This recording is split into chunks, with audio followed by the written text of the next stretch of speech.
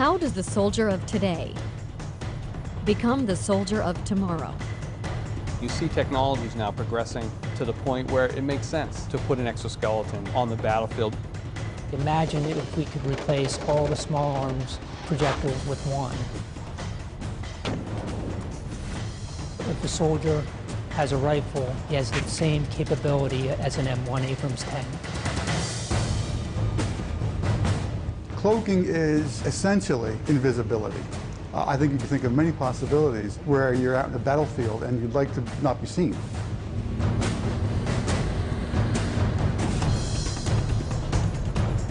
Making warfighters and their gear lighter, stronger, and safer with more firepower. Ensuring America's future soldier is a decisive weapon.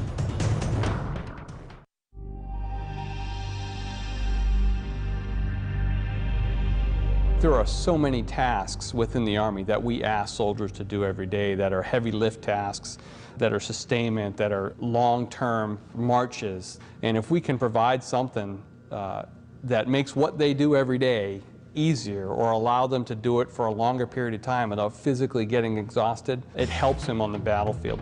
Whether it's advanced sensors, whether it's running faster, to be able to carry a heavier load for a longer distance, a device that knows you, that can learn you, and if it needed to, it knows how you walk, so maybe it takes you back.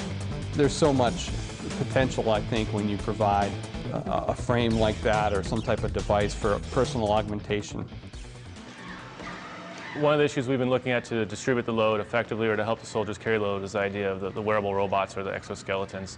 We looked at the full body exoskeleton as well as just strictly a lower body, and where the lower body is just carrying the backpack load, and a full body has the ability to either do that or carry manual load carriage in the arms.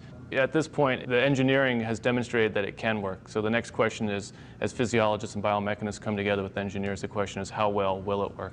If soldiers are expected to carry 120 pounds and walk at 3 miles an hour in the field, we're certainly going to evaluate it to that degree in the lab.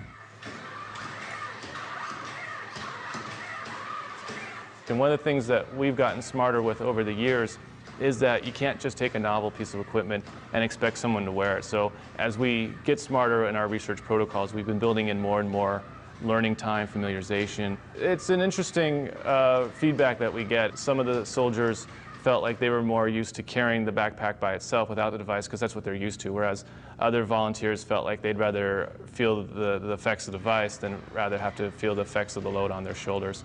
We've tested 2 prior versions, and each time we're seeing incremental improvements in how well it works. Our long-range research plan is to be able to address things in a very isolated environment here in the lab, and then to grow that research out and start getting into the field more.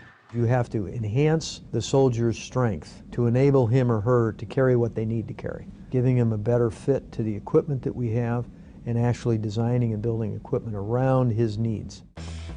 The exoskeleton is an option that we have. It can provide considerable strength to carry things. One of the disadvantages is cost.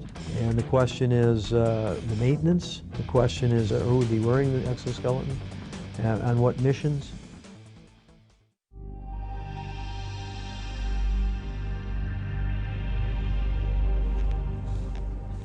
While soldiers need strength and endurance on the battlefield, there are times when they also need stealth.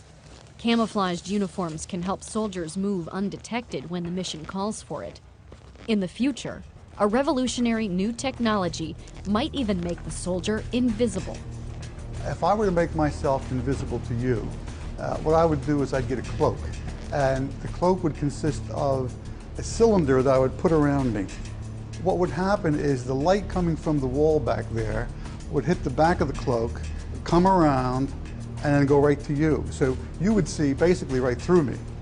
With metamaterials and the new kinds of materials that we are developing, we are able to control light as never before. It's like a whole new ball game. You start with some sort of given material like silicon, let's say, or something like that, and then you embed it.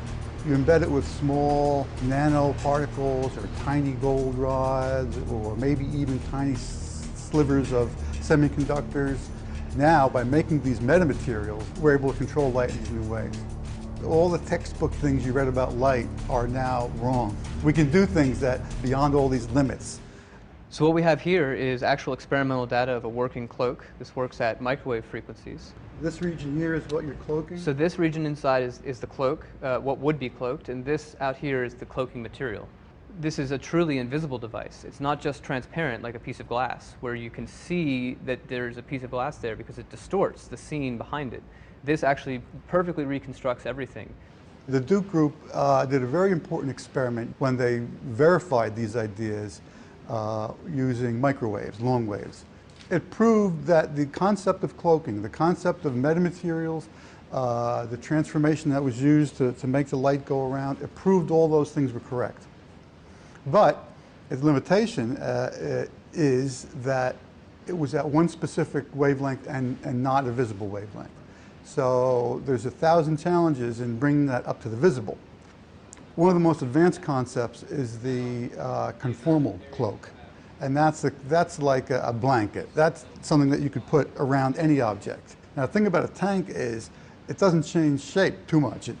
Turret moves and so forth, but there you know the shape, and then you could design a conformal cloak that fits right on the metal and render it invisible. Anything that fits around a person or an object, so a shirt, it could be the uniform, or it could be a blanket they put around themselves. I think the applications are widespread. It's just that we're not ready to build things like that yet. They're just years off. It's going to be a while before soldiers have cloaking devices, but that's the ultimate goal.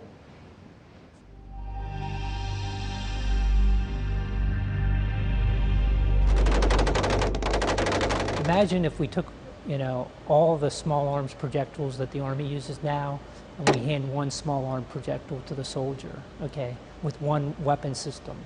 Just imagine what that would do for the Army if we could do that.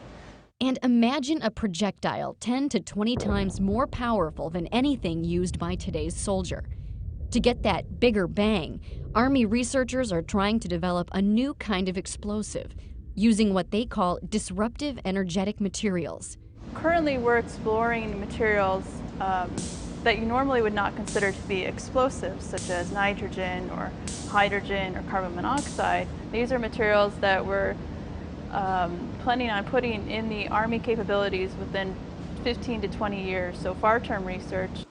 They're testing the use of lasers as a possible way to trigger the awesome explosive potential of these exotic materials.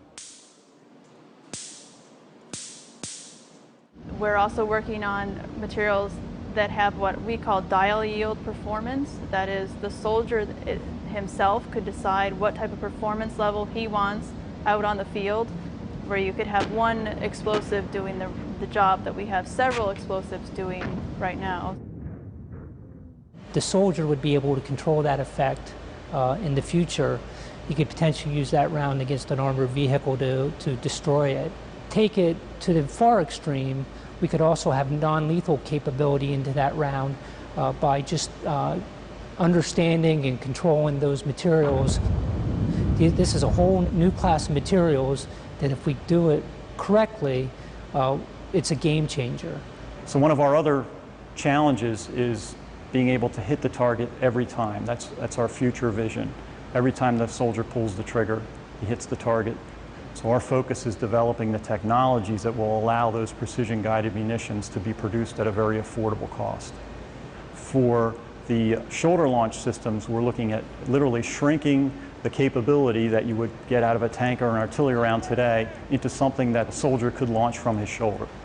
Another huge challenge for us is engaging targets in urban environments between buildings. So a system like this would allow him to shape that trajectory to fly up and over and actually come back into the reverse side and then tailor the effect, the warhead effect itself.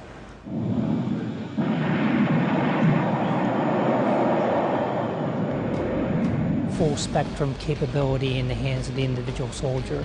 Tank-like lethality.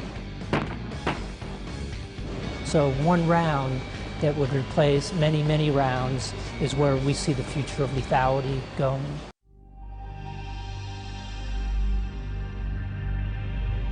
Soldiers of the future will also be more connected, sharing vital information with their unit and other sources, using powerful electronic tools to get the right data at the right time. You have to limit the information to what the soldier needs to function. Situational awareness will be coming to him from sensors. He has to have his own sensors. Just getting into a good position, over. We've got to make sure not only soldiers can talk to each other by voice comms and by messaging.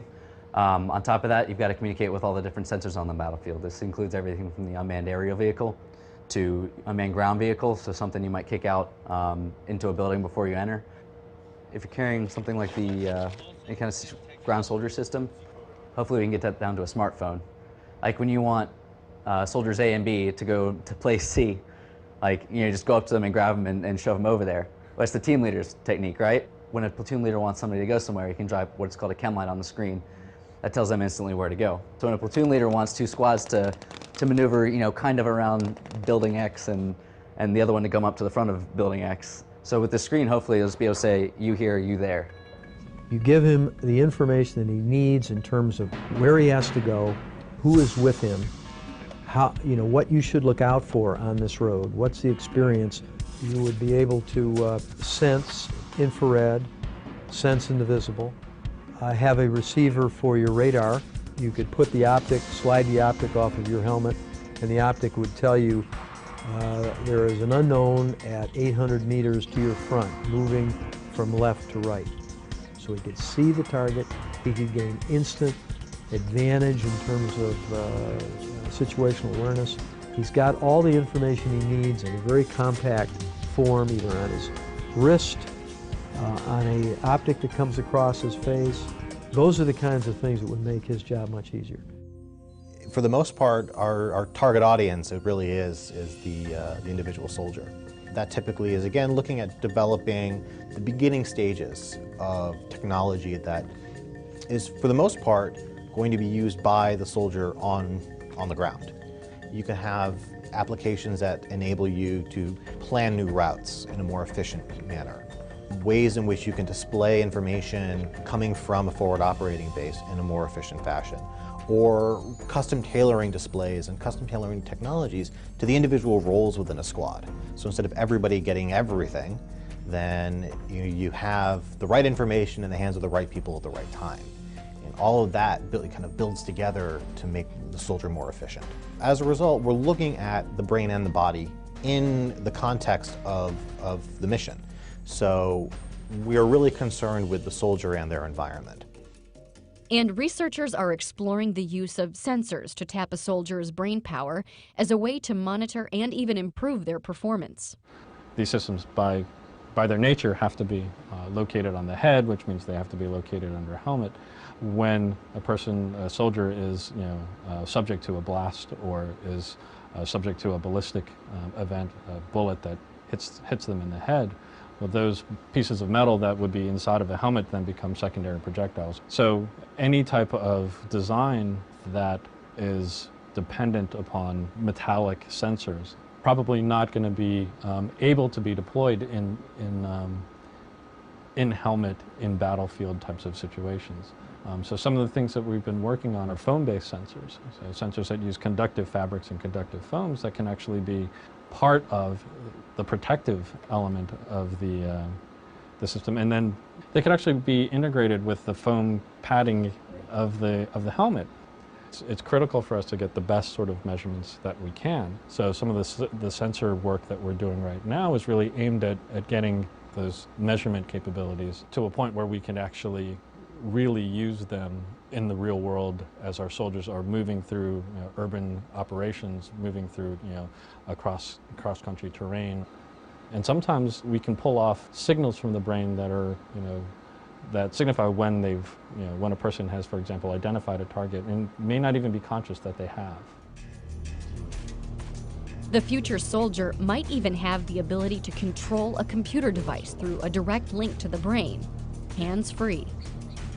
One of the more straightforward applications that we can think of is how can we utilize brain signals to actually directly control our interactions with the computer system. The approach of brain-computer interaction technologies is to design systems that function naturally with the way in which soldiers' brains function, to effectively perceive and process information.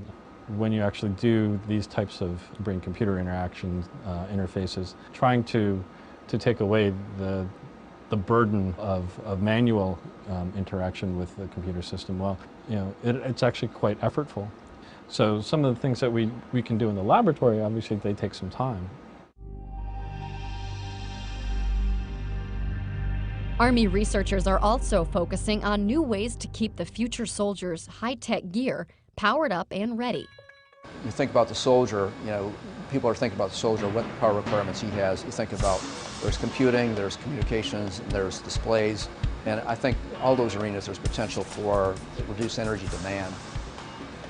We're trying to get to a 5-volt battery. That would potentially extend the capability of the battery by roughly 30%. Translate to soldier, you know, roughly 1/3 less batteries he'd have to carry, or 3 times mission duration for the same battery.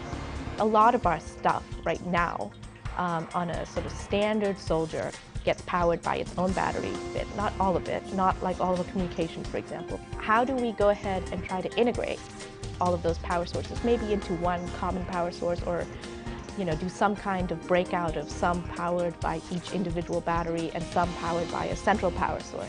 And what are the problems if we think even bigger than that and say, how do we power a mission? And how do we get a small combat unit or a tactical small unit? How do you distribute power among that squad? And how do you distribute parts of a power generator or something among that squad? You're losing some individual capability. The Army is putting together a doctrine called operational energy. And part of the doctrine says, hey, I want to be able to use energy more efficiently, reduce reliance on, you know, fuel and recharging and battery resupply. So I want to be able to produce and use energy locally wherever possible. So, you know, this is where some of the alternatives come in. And then we're looking at some alternatives besides batteries. We're working here on fuel cells and some fuel cells that may be able to use a variety of different fuels. Even more sort of further out there might be developing wireless technology so that within a radius of, you know, whatever number of miles we need, everything in that radius will be powered without you having to do anything or carry anything.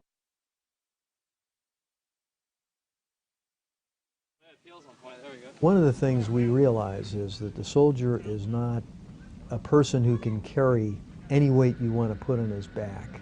A person has limits in terms of his endurance. You know, our job is to really increase the capabilities for the soldier, but reduce the weight at the same time.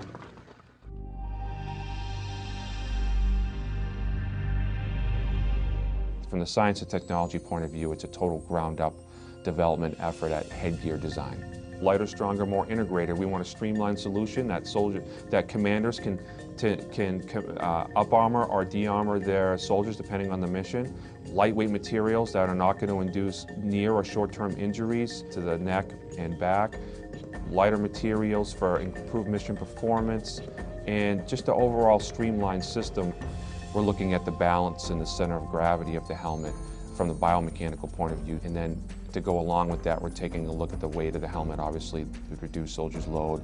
We're investigating some new heads-up display technologies, more particularly see-through heads-up display. You have that micro display, it's a solid piece of equipment, and it reduces your field of view.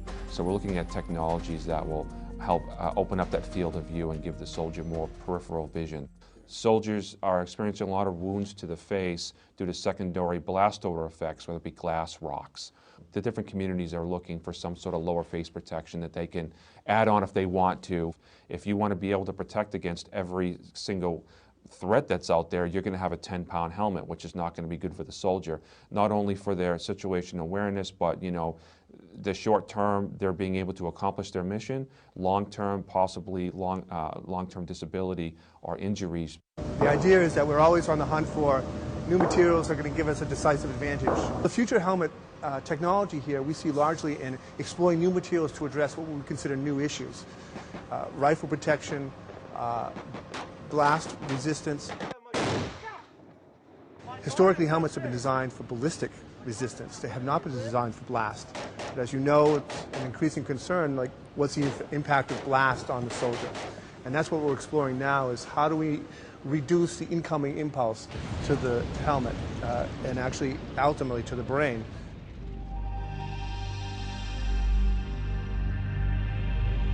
What we find is the enemy picks the areas where we're most weak.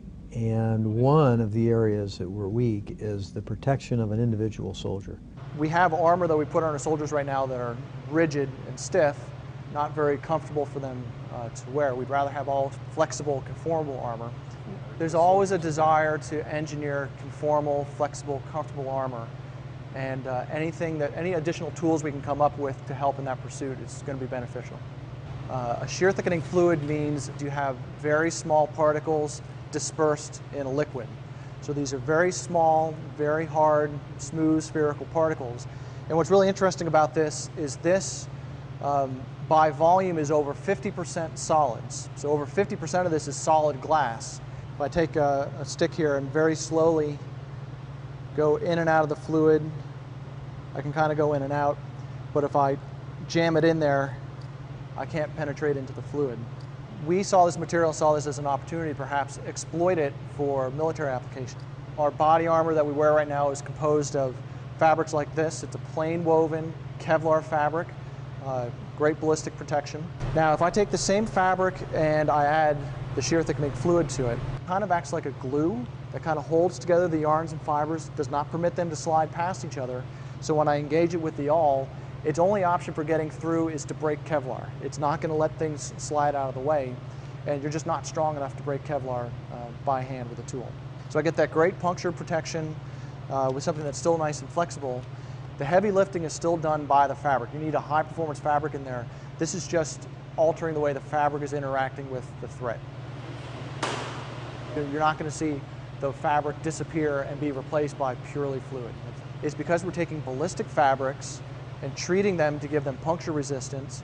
We can actually make a body armor material that has both puncture resistance and ballistic resistance. This technology primarily is addressing the soft part of the armor.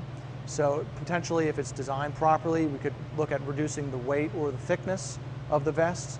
And because of the unique properties of this material, it gives us a lot of opportunities to really tune performance and potentially get us into doing things like creating extremities protection for the arms, the legs, the groin. This is basic research at this point, 5, 10, 15 years. And in fact, as we continue to learn more about the material, we might discover a completely new direction that will lead us down a different path. And soldiers are playing a key role along that pathway by providing a unique blend of feedback on behalf of the future soldier. An HRV is a human resource volunteer. We go and recruit these soldiers out of their schoolhouse, and we just tell them what we are about, tell them that they can come here and just be volunteers for certain programs that we have. Typical cycle, we can have anywhere from 25 to 33 volunteers, depending on how many studies are going on. They're each here for approximately 90 days each. The first time we went in, they brought us to 5,000 feet, back down, and then they brought us up to 11,500 feet. And then we sat in there for a good half an hour just to see if everybody was okay with it, no one was getting sick or altitude sickness. They put a tube in your mouth, and then they tell you to breathe, and then breathe in heavily, breathe out heavily, in and out. When they first came, they started talking about how this is going to help people on deployments and everything, and I thought it'd be really beneficial to my brothers and sisters in arms that we could help them out in the future. We're really just beginning to understand the relationships, all the intermingling relationships between the brain and the body and the environment. The nice part about virtual environments, immersive virtual environments, is you can control every aspect of the environment. You as the experimenter know exactly what variables you're manipulating, but at the same time creating a very realistic, immersive, again, sense to the soldier. Enemy down. All right, moving into the building. We could measure a soldier's ability to walk toward or away from targets. We could measure how quickly they respond to situations, or how quickly they make decisions between potential targets. So we can use these data to construct kind of models of soldier performance. Enemy down. So a piece of technology can have a load associated with it if it distracts you, if it requires your attention periodically. The goal, of course, is to have it complement the soldier in a natural way. It all comes down to capabilities. It all comes down to requirements. It all comes down to what does the soldier need on the battlefield and what makes sense. What we like to do is we like to lay out the long-term vision.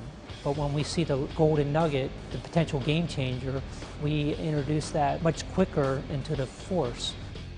I like to think imagine. And right now we're what if in many other fields too. So that's a very important part of what we do. And then of course you have to back it up by reality. And sometimes, you know, reality is just a blade of a guillotine, cutting your idea the head right off it. But every once in a while the ideas work out.